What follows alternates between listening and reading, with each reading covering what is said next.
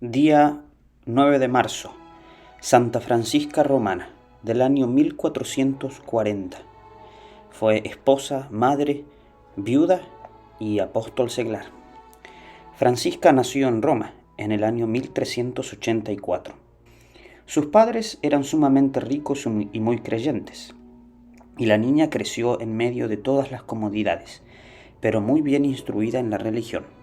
Desde muy pequeñita su mayor deseo fue ser religiosa, pero los papás no aceptaron esta vocación, sino que le consiguieron un novio de una familia muy rica y con él la hicieron casarse. Francisca, aunque amaba inmensamente a su esposo, sentía la nostalgia de no poder dedicar su vida a la oración y a la contemplación y a la vida religiosa.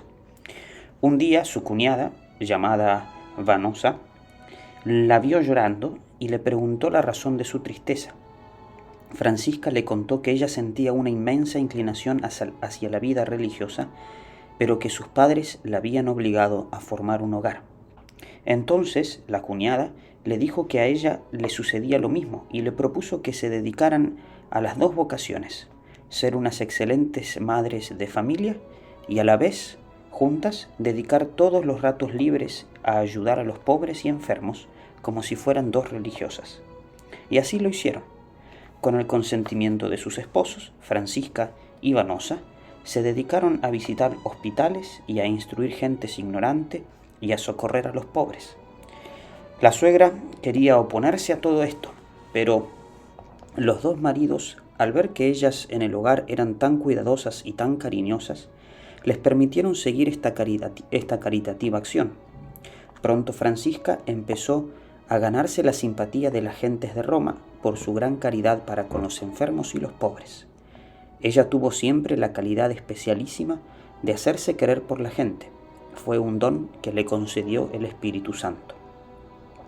En más de 30 años que Francisca vivió con su esposo, observó una conducta verdaderamente edificante.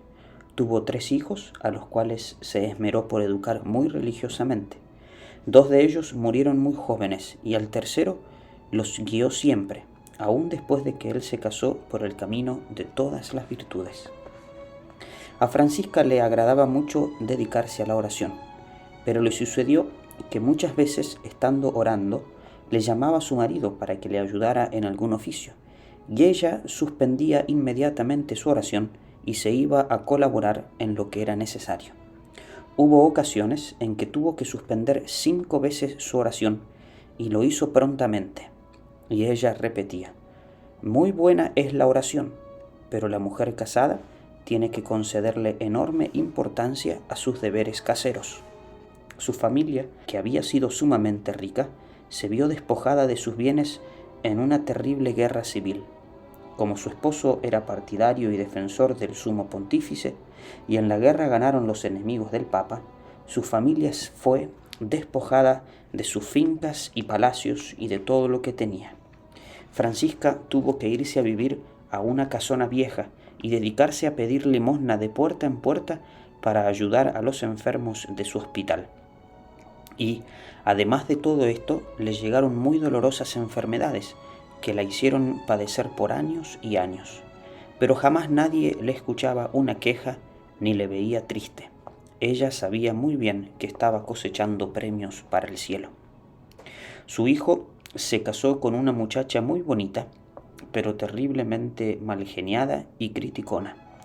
Esta mujer se dedicó a atormentarle la vida a Francisca y a burlarse de todo lo que la santa hacía y decía. Ella soportaba todo en paciencia y con gran silencio, pero de pronto la nuera cayó gravemente enferma y entonces Francisca se dedicó a asistirla con una caridad impresionantemente exquisita. La joven se curó de la enfermedad del cuerpo y quedó curada también de la antipatía que sentía hacia su suegra. En adelante fue su gran amiga y admiradora. Francisca obtenía admirables milagros de Dios con sus oraciones. Curaba enfermos, alejaba malos espíritus, pero sobre todo conseguía poner paz entre la gente que estaban peleadas y lograba que muchos que antes se odiaban empezaran a amarse como buenos amigos. Por toda Roma se hablaba de los admirables efectos que esta santa mujer conseguía con sus palabras y oraciones. Muchísimas veces veía a su ángel de la guarda y dialogaba con él. Francisca fundó una comunidad de religiosas seglares dedicadas a atender a los más necesitados. Les puso por nombre Oblatas de María, y a su casa principal, que existe todavía en Roma, fue un edificio que se llama Torre de los Espejos. Sus religiosas vestían como señoras respetables, no tenían hábito especial. Nombró como superiora a una mujer de toda su confianza, pero cuando Francisca quedó viuda, entró también ella de religiosa, y por unanimidad las religiosas la eligieron superiora general. Con la comunidad tomó por nombre Francisca Romana. Había recibido de Dios la eficacia de la palabra, y por eso acudía a ella numerosas personas para pedirle que le ayudara a solucionar los problemas de sus familias. El Espíritu Santo le concedió el don de consejo, por el cual sus palabras guiaban fácilmente a las personas a conseguir la solución de sus dificultades. Cuando llegaban las epidemias, ella misma llevaba a los enfermos al hospital, los asistía, les lavaba la ropa y la remendaba. Y como en tiempo de contagio era muy difícil conseguir confesores, ella pagaba un sueldo especial a varios sacerdotes para que se dedicaran a atender espiritualmente a los enfermos. Francisca ayunaba a pan y agua muchos días, dedicaba horas y horas a la oración y a la meditación, y Dios empezó a concederle éxtasis y visiones. Consultaba todas las dudas de su alma con un director espiritual y llegó a tal grado de amabilidad en su trato que bastaba tratar con ella una sola vez para quedar ya amigos para siempre. A las personas que sabía que hablaban mal de ella, les prodigaba mayor amabilidad.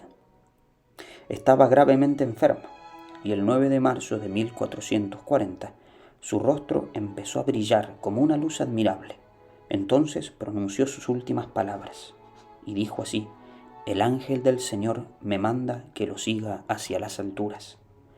Luego quedó muerta, pero parecía alegremente dormida. Tan pronto se supo la noticia de su muerte, corrió hacia el convento una inmensa multitud. Muchísimos pobres iban a demostrar su agradecimiento por los innumerables favores que les había hecho.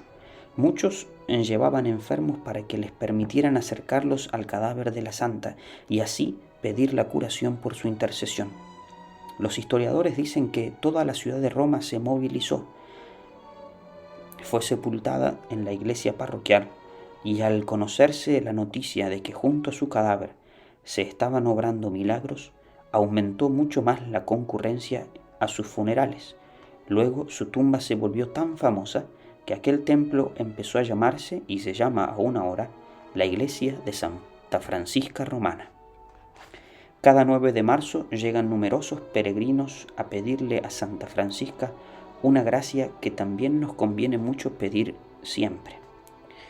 Y es esta: que nos dediquemos con todas nuestras fuerzas a cumplir bien cada día los deberes que tenemos en nuestro hogar, y que nos consagremos con toda la generosidad posible a ayudar a los pobres y necesitados y a ser extraordinariamente amables con todos. Santa Francisca, ruégale al buen Dios que así sea.